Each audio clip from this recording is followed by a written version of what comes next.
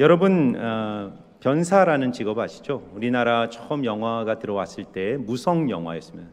그러니까 등장인물들의 목소리는 들리지 않고 그들의 행동, 표정을 보고 스토리를 읽어내야 하는 무성 영화였어요.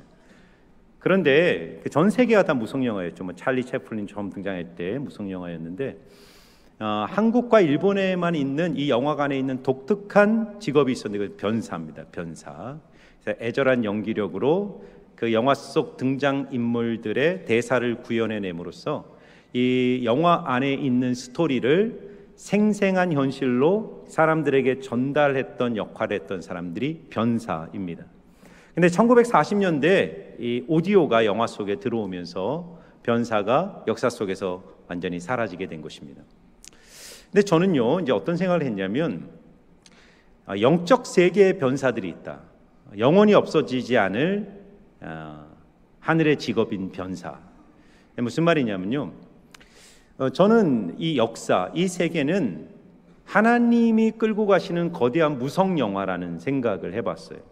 이 역사의 조, 히스토리가 영어로 히스 스토리거든요. 그분의 이야기. 이 역사라는 것은 수많은 사람들의 액션, 행동, 사건, 그리고 피조된 세계의 모습들이 있지만 사실은 이 역사의 주인공은 하나님이시고 하나님께서 다양한 사건과 행동을 통해 그분의 스토리를 끌고 가고 계시는 거거든요. 문제는 뭐냐면 죄로 인하여 그 영적인 감각을 잃어버린 인간들은 이 세상 속에서 행하시는 하나님의 스토리를 읽어내지 못하는 것입니다. 그래서 이 시대적 모든 상황, 예를 들면 뭐 내 삶에 일어나는 사건, 또 국가적 사건, 자연재해, 자연에 피조된 세계, 이 세상을 가득 채우고 있는 소리들이 있어요. 시편 19편 1편은 그것을 자연계시라고 말하는데 이렇게 말합니다. 하늘이 하나님의 영광을 선포하고 궁창이 그의 손으로 하신 일을 나타내는도다. 하늘이 아무 소리가 없는 것 같고 궁창이 아무 소리가 없는 것 같지만 이 피조된 세계 전체가 하나님의 스토리를 이야기하고 있다는 거예요.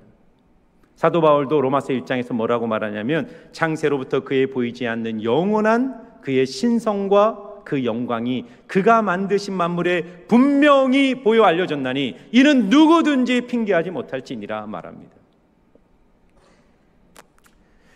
그래서 여러분, 그리스도인은요, 영적인 변사라는 겁니다. 하나님의 말씀으로 이 세상의 사건들의 의미를 풀어주고 사람들로 하여금 이 역사와 우리의 인생 속에 흐르는 하나님의 스토리를 세상에 말해주는 사람들, 그들이 바로 그리스도인이라는 것입니다. 그래서 오늘요, 베드로의 설교가 등장하는 것입니다. 여러분, 제가 아까 말씀드렸죠. 역사란 하나님의 행동의 장이다. 그래서 여러분 성경도 보시면 이 성경이 말하는 것은 뭐냐면 하나님이 이 역사 안으로 개입하신 이야기거든요. 시공간 안으로 찾아오셔서 그분의 스토리를 전개시켜 나가면서 수많은 일들을 행하시잖아요. 가장 위대한 사건은 하나님이 천지를 창조하신 것이고 창조한 인류를 심판하시는 홍수도 있었고 바벨탑 사건도 있었고 인류가 멸망을 향하여 치닫으니까 하나님이 아브라함을 부르셔서 이스라엘 민족이라는 공동체를 형성하시고 그들의 민족 가운데 찾아오셔서 그들과 함께 일하시는 수많은 하나님의 액션, 그래서 사도행전이 액션이잖아요. 액션, 액트, 하나님의 행동에 대한 이야기잖아요. 그리고 가장 위대한 하나님의 행동은 예수님이 하나님이 인간의 몸을 입고 이 땅에 찾아 들어온 성육신 사건, 그리고 하나님이 나의 죄를 대신하여 십자가에 죽으신 사건, 사망 권세를 이기시고 부활하신 사건. 그런데 이 모든 사건의 최절정, 하나님의 스토리의 클라이막스에 뭐가 있냐면 부활하셔서 하나님 보좌 우편에 앉으신 그 예수 그리스도께서 주의 이름을 부르는 자들의 마음 속에 성령을 부어주신 사건이에요. 그래서 오순절 성령이 강림하신 거예요. 엄청난 사건이에요. 그런데 여러분, 이 사건이 일어났을 때 세상은 깜짝 놀랍니다. 한번 생각해 보세요. 갑자기 120명의 사람들이 어디에선가 나타나서 예루살렘 거리에 쏟아져 나오더니 그들이 한 번도 배워본 적이 없는 전 세계의 수많은 언어들로 하나님의 언어를 속사포처럼 쏟아내는 것입니다. 그때 전 세계에서 오순절을 지키기 위하여 예루살렘에 모여든 디아스포라 유대인들은 깜짝 놀랐는데 두 가지 반응을 보입니다. 12절과 13절에 다 놀라며 당황하여 서로 이르되 이 어찌된 일이냐. 첫 번째는 긍정적 반응인데 놀란다. 엑시스템이라는 헬라어를 쓰는데 이 의미는 정신 나갈 정도로 경악하다 이런 뜻입니다. 그러니까 여러분, 사람들이 깜짝 놀라는 거예요. 저들은 나사렛의 촌뜨기, 나사렛을 벗어나 본 적이 없는 저 사람들이 어떻게 전 세계 우리가 온 이 언어로 무엇인가를 이야기하고 있다는 사실을 보면서 그들은 무엇인가 신적 임재의 느낌을 가지며 놀라는 것입니다. 그런데 13절을 보면 또 반대 부정적 반응을 하는 사람들이 있어요. 또 어떤 이들은 조롱하여 이르되 그들이 새 술에 취하였다 하더라. 그러니까 하나님의 역사를 의도적으로 저항하고 깎아내리고 무시하면서 하나님의 초자연적 역사를 인간의 자연적이고 합리적인 원인으로 설명하려고 하는 거예요. 그래서 그들이 내린 결론이 뭡니까? 저들이 지금 술 취했구나. 아침부터 술 먹고 술주정을 하는구나라고 사람들은 성령 강림 사건을 폄하하기 시작했습니다. 여러분, 우리가요 성령으로 충만하면, 그리고 우리가 성령에 충만하여 말씀대로 살기 시작하면 세상은 우리에게 두 가지 반응을 보이게 되어 있어요. 한쪽에서는 감동을 받고 우리가 갖고 있는 신앙에 대한 궁금증과 호기심을 갖는 사람들이 등장합니다. 모두가 절망할 때 희망을 얘기하는 사람들입니다. 모두가 불평하고 원망할 때 감사와 기쁨을 이야기하는 사람들이 등장하는 거예요. 모두가 이기적이고 자기중심적이고 자기의 욕망을 위하여 질주하는 시대 속에서 자기를 희생하며 남을 위하여 기도하고 남을 섬기는 사람들이 등장할 때 그 그리스도인들의 삶을 보며 궁금증을 갖는 사람들이 등장하는 거예요. 도대체 저 사람들은 뭐지? 정말 저들의 인생 뒤에 신적 존재가 작동하는 것일까? 그러나 또 어떤 사람들은 그런 그리스도인들의 모습을 보며 위선자도 몽상가라고 폄하하며 조롱하는 일들도 일어나는 것입니다. 그래서 여러분, 이런 삶이 세상 사람들의 의식 속에 어떤 균열을 만들어낼 때 오늘 베드로가 그 사건의 의미를 요엘서의 말씀을 가져와 풀어서 해석해 준 것처럼 바로 우리의 삶에 일어난 수많은 사건들에 대한 의미를 말씀을 통해 가르치며 변증하는 사람들이 바로 예수의 증인 그리스도인이라고 오늘 본문은 이야기하고 있는 것입니다. 오늘 베드로는 혼돈과 조롱 속에 반응하는 사람들을 향해 이 성령 강림의 사건이 갖는 의미가 무엇인지 요엘서의 말씀을 통해 해석하고 풀어주고 있습니다. 자, 말씀 한번 읽어보겠습니다. 14절에서 16절입니다. 우리 뜻을 생각하면서 같이 읽습니다. 시작. 베드로가 11사도와 함께 서서 소리를 높여 이르되 유대인들과 예루살렘에 사는 모든 사람들아, 이 일을 너희로 알게 할 것이니 내 말에 귀를 기울이라. 때가 제3시니 너희 생각과 같이 이 사람들이 취한 것이 아니라 이는 곧 선지자 요엘을 통하여 말씀하신 것이니 일렀으되. 자, 베드로는 당황하고 조롱하고 놀라는 사람들을 향해 이 성령 강림의 사건이 갖는 의미를 요엘서의 말씀을 통해 이 요엘이 얘기한 그 하나님의 예언이 오늘 너희들 가운데 성취되었다라고 말하는 것입니다. 이 사람들이 지금 술이 취한 게 아니다라는 거예요. 술주정하는 게 아니다라는 거예요. 성령이 임하여 그들이 예언을 하고 꿈을 보고 환상을 보면서 이런 일들이 일어나고 있다라고 말하고 있습니다. 그러면서 베드로는 뭐라고 말합니까? 때가 삼시다 이렇게 말해요. 삼시다. 그러니까 여러분, 성경에서요 시간이 많이 나오거든요. 예를 들면 수가성 여인이, 예수님이 수가성 여인을 만난 시간이 6시였다 이렇게 말합니다. 6시. 그러니까 3시, 6시, 9시 이런 시간이 나올 때 오늘 우리의 시간으로 환산하는 방법은 쉽습니다. 더하기 6을 하면 돼요. 그럼 3시면 몇 시가 되겠습니까? 9시, 오전 9시입니다. 아침이라는 거예요. 야, 누가 아침부터 술 먹고 술주정하겠느냐 이런 뜻도 있지만 매우 중요한 의미가 있어요. 때가 제3시니 이스라엘 백성들, 특별히 유대인들은요 하나님 앞에 하루 3번 하는 기도의 습관이 있었어요. 하루 3번, 9시, 12시, 3시였어요. 근데 이 기도 습관의 자리에 오늘 성령이 임하신 것입니다. 그러니까 성령과 기도가 얼마나 긴밀하게 연결되어 있는가를 여러분 아셔야 돼요. 성령은 주권적인 분이고 자유로운 분이고 인간의 의지와 뜻과 선택과 상관없이 그분의 뜻대로 움직이시지만, 오늘 성령이 유대인들의 거룩한 기도의 습관인 9시에 그들의 임재 속에 그들의 공동체 가운데 임하였다는 것은 바로 성령은 오늘도 기도하는 자의 삶 속에 임한다는 사실을 우리에게 알려주는 거예요. 여러분, 예수님은 성령 충만하셨어요. 예수님이 인생을 언제나 승리할 수 있었던 일은 그분이 언제나 성령으로 충만하셨는데, 예수님의 가장 중요한 영적 습관은 무엇이냐면 그것은 기도하는 것이죠. 성경을 보면 예수님은 습관을 쫓아 기도하셨다. 예수님은 힘들 때나 어려울 때나 성공할 때나 인생의 매 순간마다 언제나 습관을 쫓아 기도하셨어요. 저는 여러분들의 인생에 가장 중요한 습관이 기도하는 습관이 되기를 주의 이름으로 축복합니다. 기도하셔야 돼요. 어떤 분들은 아침에 일어나자마자 스마트폰을 보는 습관을 가지신 분도 있을 거예요. 어떤 분들은 출근하면서 꼭 카페에 들려서 커피 한 잔을 먹는 습관을 가지신 분도 있을 거예요. 각자마다 우리가 가진 삶의 습관이 있어요. 그러나 그리스도인들은 날마다 성령 앞에 나아가 성령을 구하는 기도의 습관을 가져야 합니다. 아침에 일어나서 하나님, 오늘 하루 성령님 나와 함께 해주시고 나와 동행해 주셔서 오늘 하루 전체가 성령의 인도하심을 받는 하루가 되게 하여 주옵소서. 하루를 그렇게 시작하는 거예요.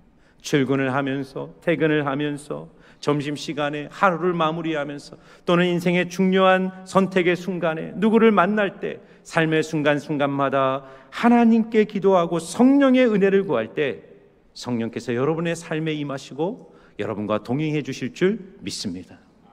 그리고 여러분 기도를 통해 성령을 경험한 사람들의 삶 속에는 반드시 사람들을 흔들어 놓는 향기가 흘러나오게 돼 있어요.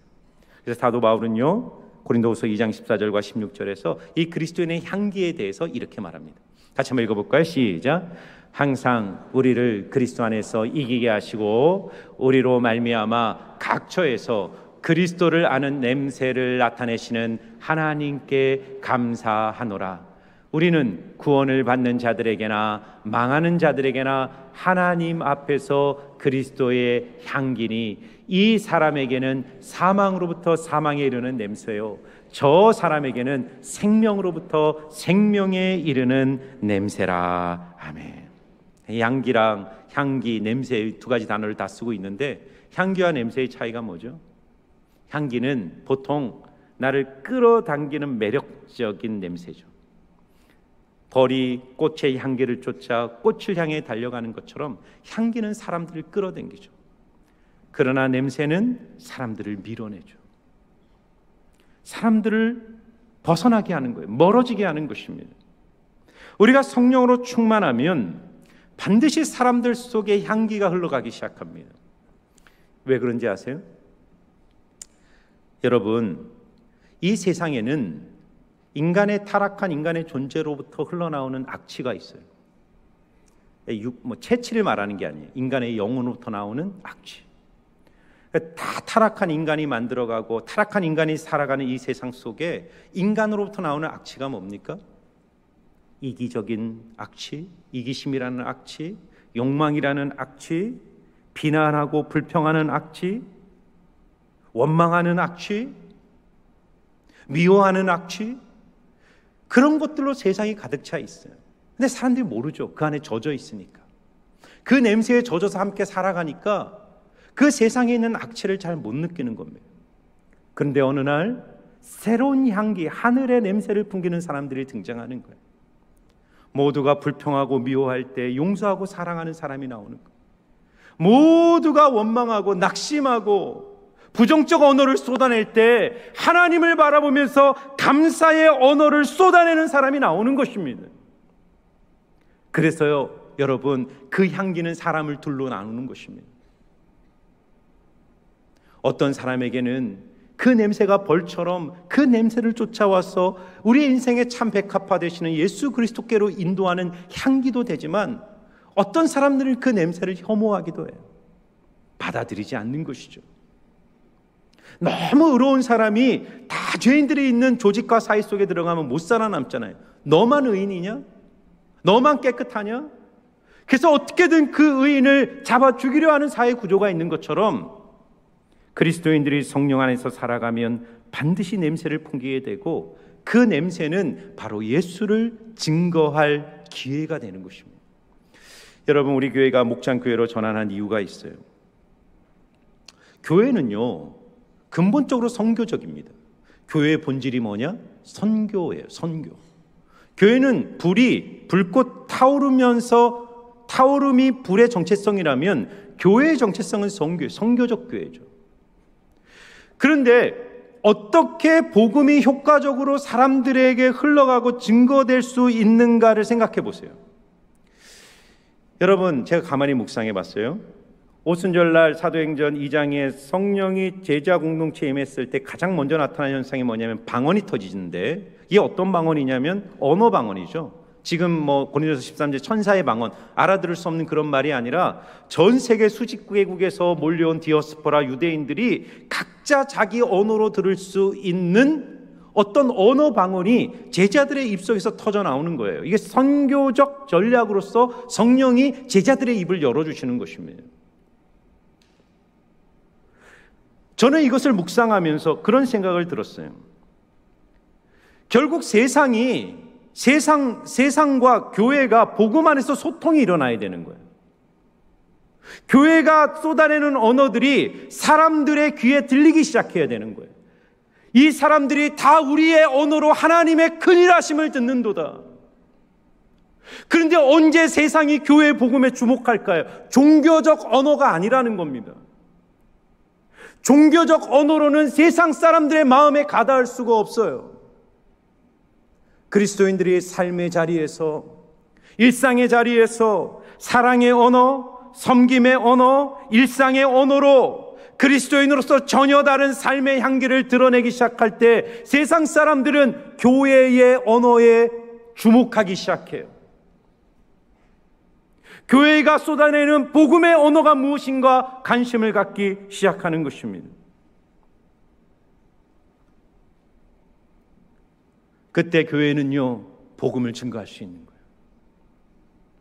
우리 교회가요, 복음을 전할 수 있는 두 가지 성경 공부가 있어요. 하나는 오늘 하게 되는 한 달에 한 번씩 주일 오후에 2시에 하는 예수 영접 모임에 오시면 하나님이 우리를 위해서 행하신 복음이 무엇인지를 설명하는 시간을 가져요. 감사한 것은 벌써 3년째 하고 있는데, 처음에는 주로 지금도 그렇습니다. 우리 교회 성도님들이 많이 오시지만, 그러나 어느 순간부터는 VIP들이 그 자리에 와서 예수님을 영접하는 일들이 일어나기 시작합니다. 꼭 2명, 3명 정도가 처음 오셔서 복음을 듣고 예수님을 영접하세요. 근데 이런 일들이 어떻게 일어나냐면, 먼저 삶의 향기가 있는 거예요. 목장 안에서 삶의 연장 속에서 그리스도인으로서 풍기는 향기를 주변에 있는 사람들이 보고, 저게 뭐지? 저 사람들이 행하고 있는 삶의 언어가 무엇이지? 그걸 가지고 궁금증을 가졌을 때 그들을 말씀의 자리로 인도하는 거예요. 먼저 행함이 있고 그 다음에 가르침이 따라오는 것입니다. 먼저 섬김이 있고 설교의 나눔이 있는 것입니다. 그래서 오늘 베드로가 요엘서 말씀을 통해 성령이 행하신 이 사건, 그 성령으로 말미암아 사람들이 쏟아낸 그 놀라운 행위에 대한 의미를 요엘서를 통해 풀어주는 것입니다. 저는 여러분들의 목장 안에 성령으로 말미암아 나타나고 드러나는 주님의 거룩한 행동들과 섬김들이 풍성해지기를 주의 이름으로 축복합니다. 그래서 여러분, 정말 여러분의 목장을 통해 믿지 않는 영혼들이 주님 앞에 나와 말씀을 듣고 복음을 듣고 예수를 영접하는 구원의 역사가 이루어지는 그런 소망을 갖고 여러분들의 목장 가운데 나아가기를 주의 이름으로 축복합니다. 그러면 여러분, 오늘 요엘 선지자는 어떻게 이 사건의 의미를 좀 풀고 있는가, 그것이 중요하죠. 한번 볼까요? 자, 말씀이 좀 길지만 뜻을 생각하면서 16절부터 20절까지 베드로가 인용한 요엘서의 말씀입니다. 우리 같이 한번 읽어보겠습니다. 시작.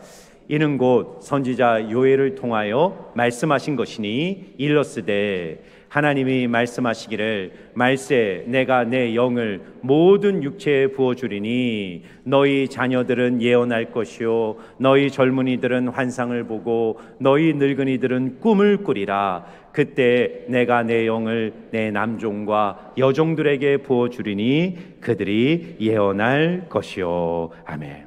술 취한 게 아니라 주님의 영이 요엘 선지자가 예언했던 것처럼 말세에 하나님이 모든 사람들, 모든 육체에 성령을 부어주셔서 그 성령의 능력의 결과로 사람들이 예언을 하고 꿈을 꾸고 환상을 보는 일들이 지금 이루어지고 있다라고 베드로는 말해주고 있는 거예요. 여러분, 예수를 믿는 한 사람이 성령으로 충만해지고 한 교회가 성령의 기름 부으심을 받고 목장이 기도하면서 성령을 구할 때 그 목장 안에 성령이 임할 때 나타나는 매우 중요한 특징이 무엇입니까? 예언을 하고 꿈과 환상을 보기 시작하는 거예요. 예언을 하고 꿈과 환상을 보기 시작하는 거예요. 근데 오해하면 안 돼요. 막 성령이 임하면 막 이상한 것이 보이고 막 방언이 터져 나오고 막 신비적인 일들이 그 얘기를 하는 게 아니에요.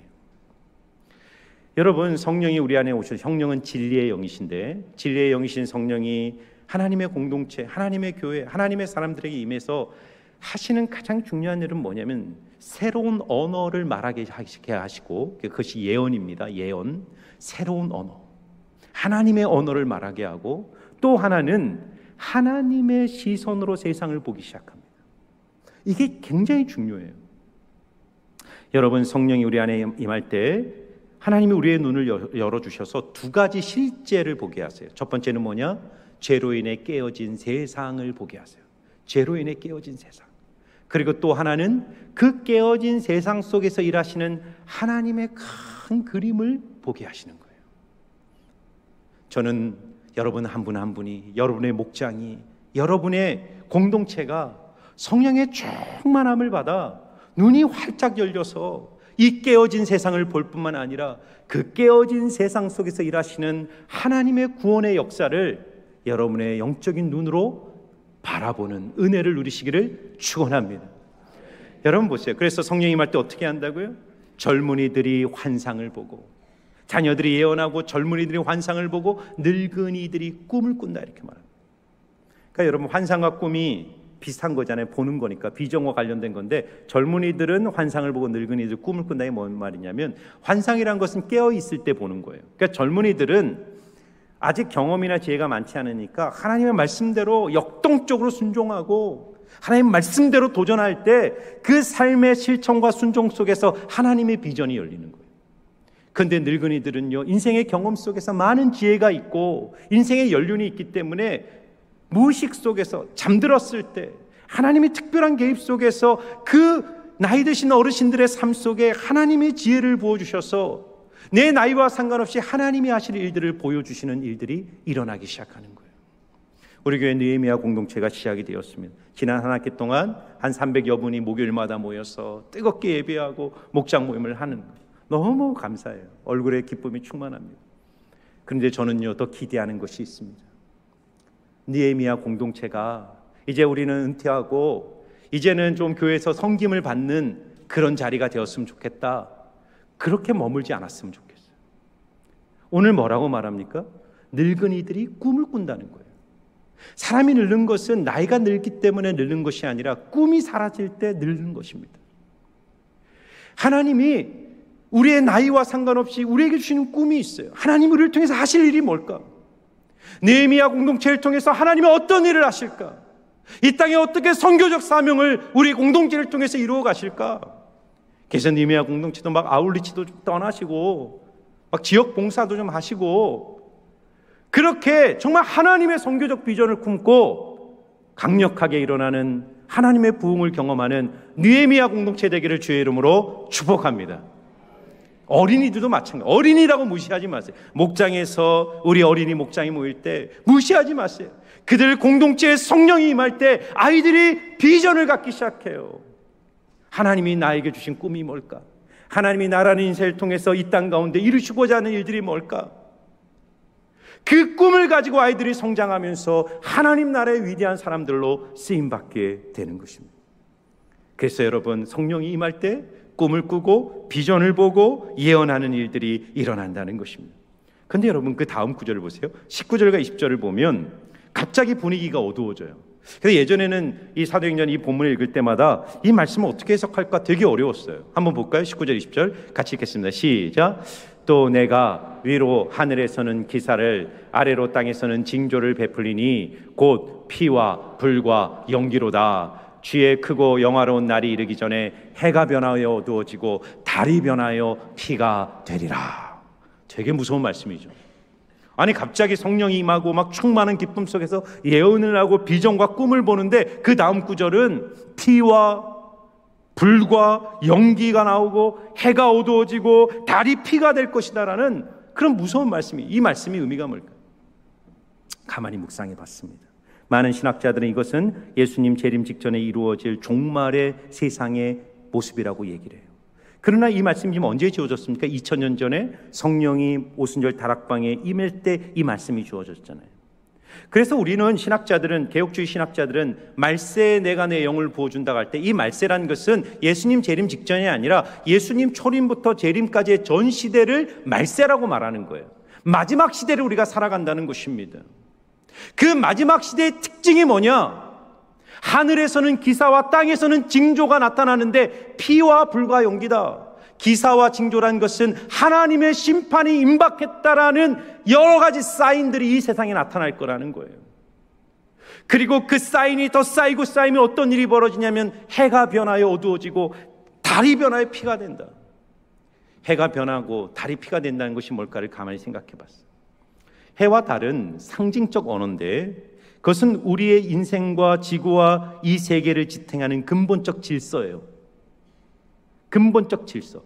그런데 마지막 시대가 갈수록 이 세계를 지탱하는 해와 달과 같은 이 근본적 질서를 상징하는 여러 가지 체계와 가치들이 근본부터 흔들리는 일들이 일어나게 될 거라는 거예요. 저는요, 이 시대를 보면서 두려움이 있어요. 정말 예수님이 가까이 올 때가 된 것 같다는 생각을 여러 가지로 보는데 세 가지만 크게 말씀드려요. 첫 번째는 뭐냐면 지구온난화예요. 지금 인류학자들이 지구 멸망의 가장 근본적 핵심적 원인은 지구 온도가 올라가고 있다는 거예요. 그러니까 여러분 얼마나 많은 지금 기후 이상 변화들이 생깁니까? 익산도 지난 2년 동안 200년 동안 내리지 않은 어마어마한 집중호우 때문에 쑥대밭이 됐잖아요. 세계 곳곳에서 알 수 없는 이상한 기후 때문에 기근과 재난에 사람들이 고통을 당하고 있어요. 여러분 수천 년 동안 지구 온도는 항상 온도 그대로였어요. 산업화가 되고 문명이 발달하면서 지난 200년 동안 지구 온도가 0.5도, 1도, 0.5도, 1도씩 올라가더니 지금 이제 인류학자들은 지구 온도가 2도만 더 올라간다면 지구의 미래는 없다라고 사람들은 암울한 미래를 이야기합니다. 또 하나는 뭡니까? 성 전체성의 혼란이에요. 동성애는 역사 전부터 있었죠. 그러나 동성애자들이 목소리를 말할 수 있었던 시대는 불과 50년밖에 안 돼요. 지금은 성 정체성이 근본적으로 흔들리면서 이 사회의 근본 질서인 가정이 근본에서부터 해체되고 있지 않습니까? 그리고 무엇보다도 AI 인공지능의 출현은 저는 정말 두려워요. 앞으로 50년 후에 30년 후에 이 미래 사회는 어떤 사회가 될까? 우리가 예측할 수가 없어요. 어떤 사람들은 불과 20년, 10년 뒤에는 30%, 40%의 모든 직업들을 인공지능이 대체할 것이다. 그러니까 여러분 지금 말세에 성령이 임해서 성령이 우리의 눈을 열어주실 때 보여지는 이 세상의 모습은 암울하다는 거예요. 암울한 세상, 하나님의 임박한 진노 앞에 놓인 세상을 보기 시작하는 겁니다. 봐야 돼요. 이 세상이 얼마나 어두운지를 봐야 돼요. 그런데 성령은 세상의 암울한 현실을 보여주는 것이 아니라 그 현실 속에 하나님이 어떻게 이 세계를 바꾸어내시고 어떻게 이 세상 속에서 하나님의 나라를 이루어 주실지에 대한 꿈과 환상과 비전을 당신의 백성들에게 보여주신다고 말씀하시는 거예요. 여러분들이 그런 꿈을 꾸기를 주의 이름으로 축원합니다. 여러분 세상이 아무리 암울해도요, 세상이 아무리 절망적이라도요, 궁극적으로 그리스도와 그리스도의 교회가 승리할 줄 믿습니다. 왠지 아세요?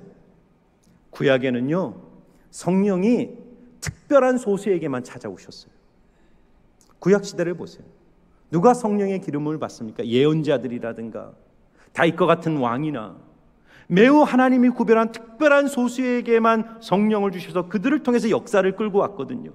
그런데 그런 구약의 예언자들이나 다윗에게 임했던 성령의 방식과 신약의 성도들 안에 내주하시는 성령의 방식이 또 달라요. 예를 들면 사울왕 같은 경우는 성령이 임했지만 사울이 죄를 지었을 때 성령이 떠나가 버리시잖아요. 악신이 들어오잖아요.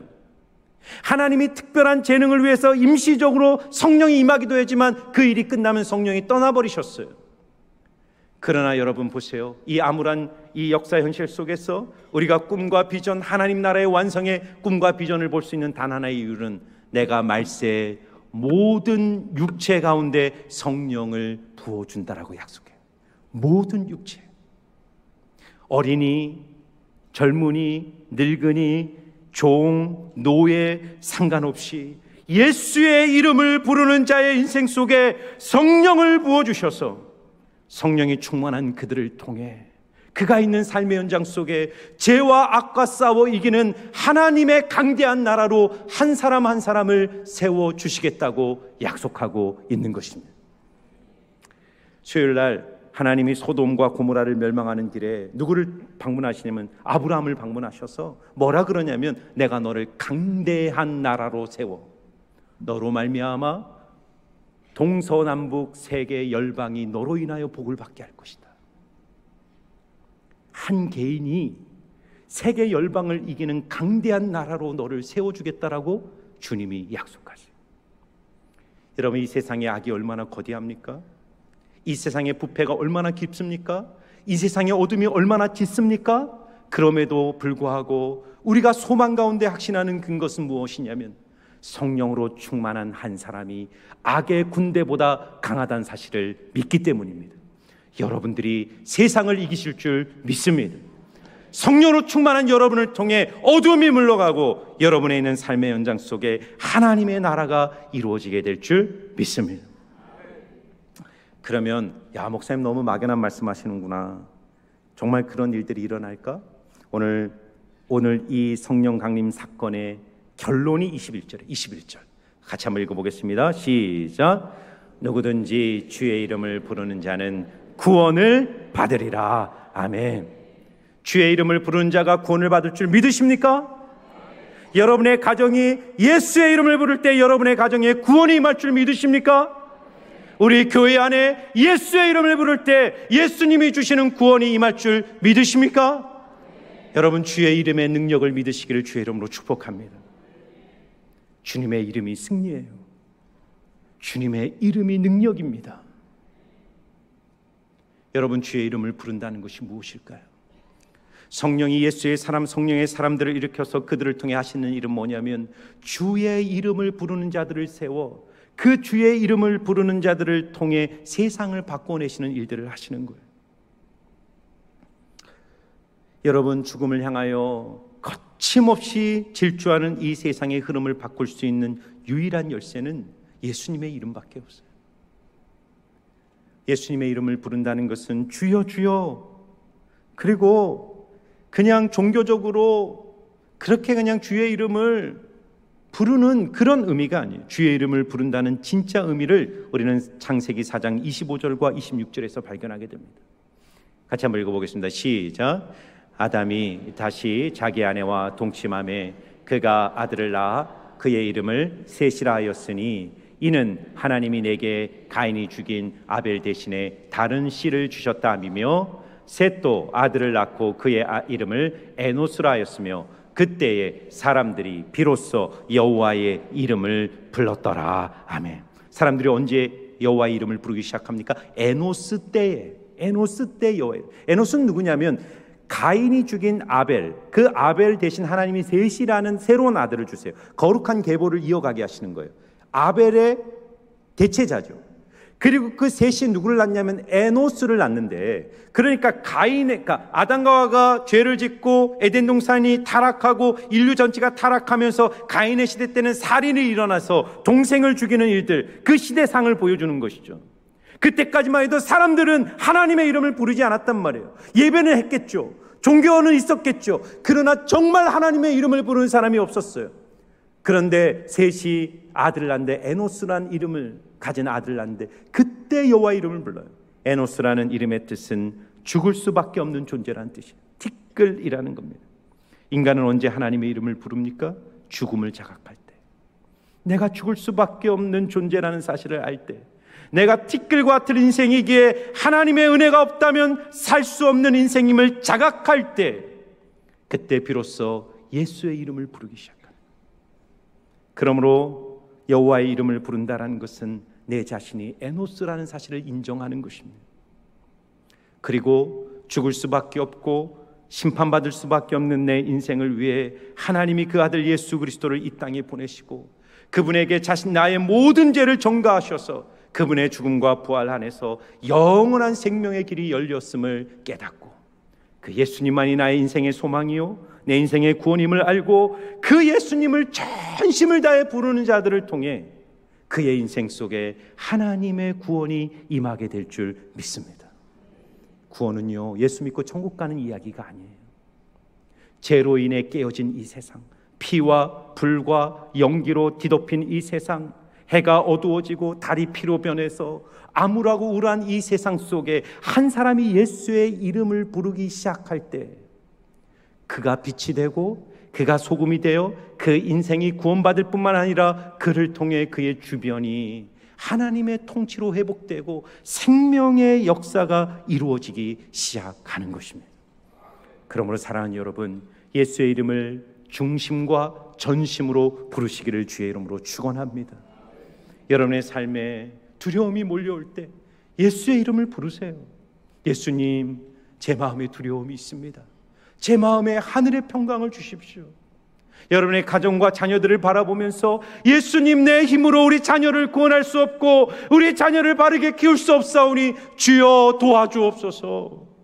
나라와 민족을 보면서 비판하고 원망하는 것이 아니라 예수의 이름을 부르면서 하나님이 민족을 주님이 이끌어 주시옵소서. 오늘 우리는 성령을 구해야 됩니다. 성령으로 충만하여 세상 속에 나아가 담대하게 예수의 이름을 증거함으로 말미암아 여러분이 가는 곳마다 예수의 사람들이, 예수의 향기가, 예수의 나라가 이 땅에 이루어지기를 주의 이름으로 축원합니다.